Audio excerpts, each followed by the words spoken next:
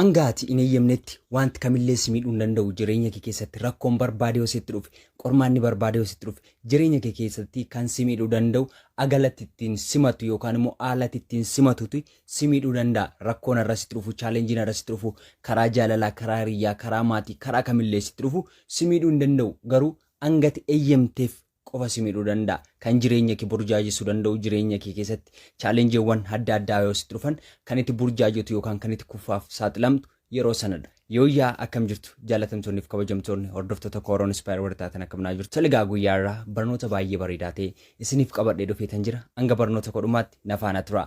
Toligaa hanga ati hin eeyyamnetti wanti kamiyyuu si miidhuu hin danda'u jireenya kee keessatti haalota adda addaan rakkoowwan adda addaan yeroo muudamnutti yookaan rakkoowwan adda addaa gara jireenya keenya keessatti dhufu haala nuti ittiin simannu yookaan rakkoo sana haala nuti ittiin hubannudha kan jireenyi keenya jeeqamu kan inni taasisu yookaan immoo akka jireenyi keenya burjaaja'u yookaan akka nuti jireenya keenya seeraan driving goone akka nuti seeraan hin hooggananne akka nuti seeraan control gochuu hin dandeenye yookaan hoogganuu hin dandeenye kan nu taasisu haala nuti ittiin waa hubachuu dandeenyudha. Fakkeenya tokko yoon isinii fudhadhe bidiruun xiqqoon galaanarra deemu amma barbaade bishaan sun yoo guddate amma barbaade bishaan sun yoo baay'ate amma barbaade bishaan sun humna yoo qabaate bidiruu sana liqimsuu hin danda'u. Bidiruun sun bilisummaa guddaatiin bishaan sana yookaan galaana sanarra akka barbaade deemuu danda'a. Garuu bidiruu sanarra dooniin deemu sun xiqqoo waraana xiqqoo qabdi taanaan yookaan immoo uraa xiqqoo qabdi taanaan sa'a sanarraa kaasee bishaan sana gar liqimsuu jalqaba. Ol deemuu hin danda'u akka barbaade isaa deemuu hin danda'u. Bishaan sun amma barbaade yoo xinnaate illee bidiruu san irra adeemsisuu hin danda'u jechuudha. Gad akka inni liqimfamu taasisa. Akka inni gar dhokatu taasisa. Akka inni hin mul'anne taasisa. Akka inni irra hin deemne taasisa jechuudha. Sababa maali? Sababa uraa xiqqoo qabaachuu isaatiin. Nuti illee gaafa gara jireenyaatti fudhan ilaallu humna amma barbaanne yoo qabaanne dandeettii amma barbaanne yoo qabaanne dandeettii ogummaa beekumsa yookaan muuxannoo amma barbaanne yoo qabaanne shakkii xiqqoo yookaan immoo haala nuti ittiin waa tokko nutti dhufuusaa sana fudhanneen jireenyi keenya akkasuma dhokataa deeme yookaan immoo gadi kufaa deeme akka hin mul'anne akka nuun hin jiraanne akka nuun abjuu keenya hin jiraanne akka nuun kaayyoo keenyaaf hin jiraanne akka nuun mul'ata keenyaaf hin jiraanne ta'an yeroo baay'ee dargaggoota baay'ee irrattis kan mul'atu namoota baay'ee irratti kan mul'atu yoo jaalallee isaanii duukaa gargar baan wanta jireenyi itti dhumatee fakkaata wanta milkaa'inni jalaa dhaabate fakkaata jireenyi wanta hin jirre gammachuu wanta hin jirre aara galfii wanta hin jirre kanaa booddee boqonnaan hin jiru jedhanii akka isaan amanan isaan taasisaa jechuudha. Kun immoo kufaatiif isaan saaxila mul'ata isaanii dagatu akka jireenyi isaan biraa hin jirreetti yaaduu jalqabu jechuudha. Nama jaallattu gaafa sirraa adda ba'u dhugaa dubbachuuf nama dhukkuba namatti dukkanaa namni dubbanaas jibbisiisa garuu yeroo booda hin darba. Otoo ka'uun hin jirre kufaatiin hin jiraatu wanta ta'eef jechuudha. Miira sana keessa gaafa galan immoo abdii kutatu. Fuuldura kan jedhantu jalaa dhokata. Yeroo kanammoo maal godhu abdii kutannaatti deemaa jechuudha.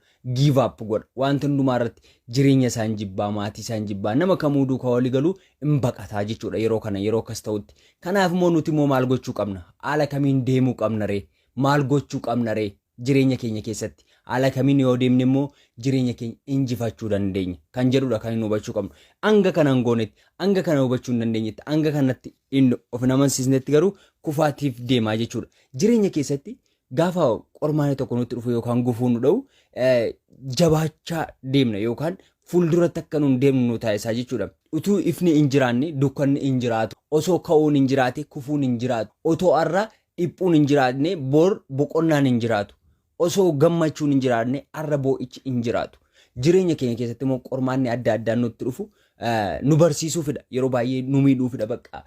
Naan rabbi nan jaallatu waaqayyo nan jaallatu maaf yeroo hundumaa na qora maaliifidhaan akkas na godhu waaqayyo maal inni namalli nama hin qabu maaliif nama biraan qoru jennee akka nun waaqa keenya irratti abdii kutannu rabbi keenya irraa akka nun abdii kutannu yookaan immoo of akka nun jibbinudha yeroo baay'ee kan raawwatamu. Kanaaf immoo nuti immoo maal gochuu qabna? Haala kamiin deemuu qabna ree? Maal immoo raawwachuu qabna ree? Haala kamiin immoo gochuu qabna? Nuti gaafa jireenya keenya keessatti yeroo waan chaalenjoonni dhufan ani badee bakka jireenyi koon dhaabata kanaa booddee milkaa'uu hin danda'u ani gara fuulduraatti deemuu hin danda'u jennee abdii kutanne yoo ta'e kufaati guddaan nu saaxila. Namoonni tokko tokko garuu uumamumaan jireenya uumamumaan isaan badhaasi keessaa kan namatti tolu hubannoo guddaa qabu. Qormaata isaan dhufe kamittuu opportunity yookaan immoo gara carraa biraatti jijjiirratu. Maaliif kufaati sanaa booda gammachuun biraa akka jiru waanta yaadaniif, jireenyi akka jiru waanta hubataniif, milkaa'inni akka jiru waanta hubataniif, nageenyi akka jiru waanta hubataniif. Kanaafuu jireenya keessatti qormaata si mudatu waanta si mudatu kamirratti abdii kutuu keen dura akkamiin akka achieve gochuu dandeessu, akkamiin akka injifachuu dandeessu dursitee yoo yaadde galma barbaadde ga'uu dandeessa. Kanaaf immoo qormaata irra si mudate, kufaata irra sitti dhufe, jireenya kee keessatti yaaddee waa'ee kufaatii yaaddota taanaan, waa'ee milkaa'ina irraa duuba deebuu kee yaaddota taanaan gara galma kee akka hin geenye yookaan akka duuba baqattu si taasisa waan ta'eef tasumaa jireenya kee keessatti wanta hubachuu qabdu, wanta irraa kaastee yaaduu qabdu yookaan immoo jireenya kee keessatti kan si mudatu kamiyyuu jireenyaaf milkaa'inaaf malee sababa ati nama gaarii ta'uu diddeef, sababa ati amaa taateef, sababa ati siif jireenyi hin malleef, sababa ati kufuu qabduuf osoo hin taane sababa jireenyi siif maluufidha, sababa milkaa'inni siif maluufidha. Kanaafidha ofiin gaddisiisiin, jireenya keessattis ofiin ceephessiin. Kanaaf of jaalladhu, of duukaa jiraadhu, ofitti araarami. Kanaan godhachuu dandeessu taanaan garuu kufaatii guddaa irra taata waan ta'eef yeroo baay'ee kan nu miidhamu ija keenya namarra keewwachuudhaan, hirkoo keenya nama godhachuudhaan, namarratti of ganneeti kan nu hin jiraannu. Kun immoo miidhaa malee kufaatii hin qabu. Yoo ani itti milkaa'uu dandeessu yookaan immoo ani itti galma ga'uu dandeessu humna keessa keef waaqa qofaa irratti ani itti hirkachuu dandeessu. Namarratti hirkachuun boqonnaa sii laatu, yeroof konfartii sii laachuu danda'a, yeroof gammachuu sii laachuu danda'a, yeroof milkaa'ina sitti fakkaachuu danda'a. Garuu sun hanga dhumaatti miti. Of amansiisii taa'e. Nama kamuu hanga barbaade yoo si jaallate, hanga barbaade waan si duukaa ta'e, wareegama barbaade si duukaa kaffale, hanga dhumaatti na duukaa kan si dhaabbatee hafa jettee yaadda taanaan kun jalqabuma sitti kufaatiif of saaxilaa jira jechuudha. Kanaafuu jireenya kee keessatti wanta si mudatu, karaa si mudatu, haalattiin si mudatu adda baasii beekiti milkaa'inaaf of qopheessi. Yoos galma barbaadde ga'uu dandeessa waan ta'eef yeroo kamittiyyuu hirkoo kee rabbiif waaqa kee godhadhu. Haala kam keessa teessee wareegama kamuu yoo kaffalte milkaa'ina kee fedha. Yeroo hundumaa nama itti hirkattu adda baasii beeki. Wanta itti hirkattu adda baasii beeki. Gufuun kan si dha'e si balleessuuf miti, si bisheessuuf. Yeroo baay'ee fakkeenya kana irra deddeebiisiniif nan fudhadha. Yeroo fakkeenya tokko mee ilaalaa, dinnichi gaafa abiddaan dhaalamu yookaan gaafa bulluqa cimaa keessa bu'u maal ta'a?